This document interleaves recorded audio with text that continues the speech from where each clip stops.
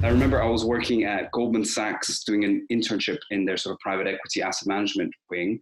And, I wasn't sort of enjoying it too much. It was a bit of a tough time. And then when they offered me the job, I actually decided not to take it. And I remember saying, quit, basically speaking to the managing director on the phone saying, I'm not interested in taking the job. And that was on a Friday. And he sort of tried to convince me and I said a final no. And then on Monday, Lehman Brothers collapsed and the whole world blew up. And basically I was kind of kicking myself thinking, I've obviously passed up on this great opportunity at a great firm.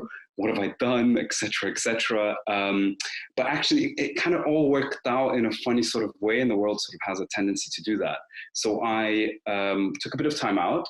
I went traveling. And then as 2009 rolled around, I basically started applying for jobs. And at the time, I knew my passion was in investing and in asset management.